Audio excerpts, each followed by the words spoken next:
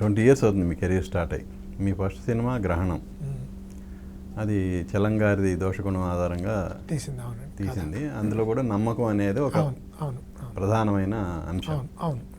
So 20 ఏళ్ల తర్వాత వస్తున్న ఈ సినిమాలో కూడా నమ్మకం అనేది ఇది మంచి క్వశ్చన్. నిజంగానే వెరీ నైస్ క్వశ్చన్ సార్. మీరు చెప్పారు నాకు తట్టలేదు ఇది.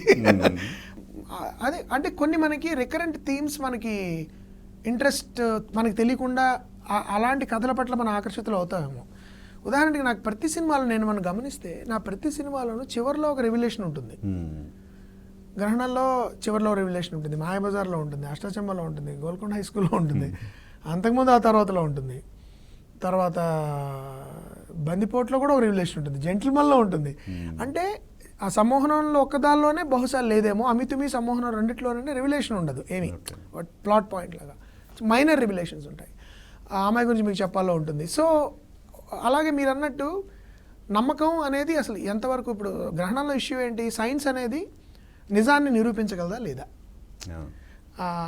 మూఢనమ్మకం వర్సెస్ నమ్మకం అనేది గ్రహణం థీమ్ యాక్చువల్లీ.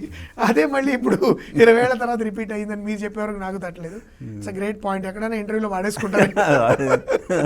కానీ బహుశా మేబీ 20 years తర్వాత నాకు మళ్ళీ నాకు తెలియకుండా సబ్కాన్షియస్గా అలాంటి కథ వైపు నన్ను జాతకం లాగిందేమో, మనకి తెలియదు ఏం గ్రహం లాగిందో తెలియదు. But it's an interesting point. ఇప్పుడు జాతకం అంటే యాక్చువల్గా ఇది డిసెంబర్లో రిలీజ్ అవ్వాలి. అవును అవును, అది కూడా జాతకం అవ్వలేదు. అవరోధాలు కానీ ఏదైనా కానీ అవ్వలేదు. మీ సినిమా స్టార్ట్ అయిన తర్వాత డార్లింగ్ సినిమా వచ్చింది. అవును, సినిమా డిజాస్టర్ అయింది. అది ఒక మేజర్ అవరోధం అనుకోవాలి మీ సినిమాకి. అవును అవును. సో మీరు ఇప్పుడు సమ్మర్కి వస్తున్నారు, దీనికి ముందు కోర్ట్ రిలీజ్ అయింది, హిట్ అయింది, సూపర్ హిట్ అయింది. సో ఇదన్నీ ఒక జాతకాల ప్రకారమే జరుగుతుంది అనుకోవాలా? ఎలా తెలియదండి. ఇప్పుడు దట్స్ అ మిస్టరీనో. ఇప్పుడు ఇవన్నీ మనం ప్లాన్ చేయలేము. డిసెంబర్లో వద్దాం అనుకున్నాం, రాలేకపోయాము. వద్దులే మన సమ్మర్లో వద్దాము, డిసెంబర్. అప్పుడు పుష్ప మంచి ఫుల్ స్వింగ్లో ఉంది. ఆ టైంలో మనకి థియేటర్స్ దొరకవు, ఇవన్నీ ఉంటాయని ఆగిపోయాము. తర్వాత ఫిబ్రవరిలో వద్దామా అని కొంత తర్జన జరిగింది. వద్దులే ఫిబ్రవరిలో కూడా వద్దు, ఎగ్జామ్ టైం అది ఇదని, వద్దండి ఇదంతా కాదు, మనం హాయిగా సమ్మర్లో వద్దాం అని డిసైడ్ చేశారు. ఈ లోపల ఏమైంది, మీరు అన్న డార్లింగ్ వచ్చింది, ఫలితాలు అంత ఆశాజనకంగా లేదు. అరే ఏంటి అని అనుకోండి. కోర్టు మా సినిమా షూటింగ్ అవుతుండగా షూటింగ్ స్టార్ట్ అయింది వాళ్ళది. సెప్టెంబర్ 4 మాది అయింది. Around that time court shooting start అయింది. స్టార్ట్ అయ్యి నాకు తెలిసి వాళ్ళు షూటింగ్ టైంలోనే వాళ్ళు డేట్ ఇచ్చేయాల్సి వచ్చింది. ఫిబ్రవరి 4 వాళ్ళు they had to come on March 14th. So అప్పటికి మనం ఎలా మేము లేదు సమ్మర్ అని తెలిసిన తర్వాత మన సినిమా కంటే ముందు కోర్టు వస్తుందని మాకు అర్థమైపోయింది.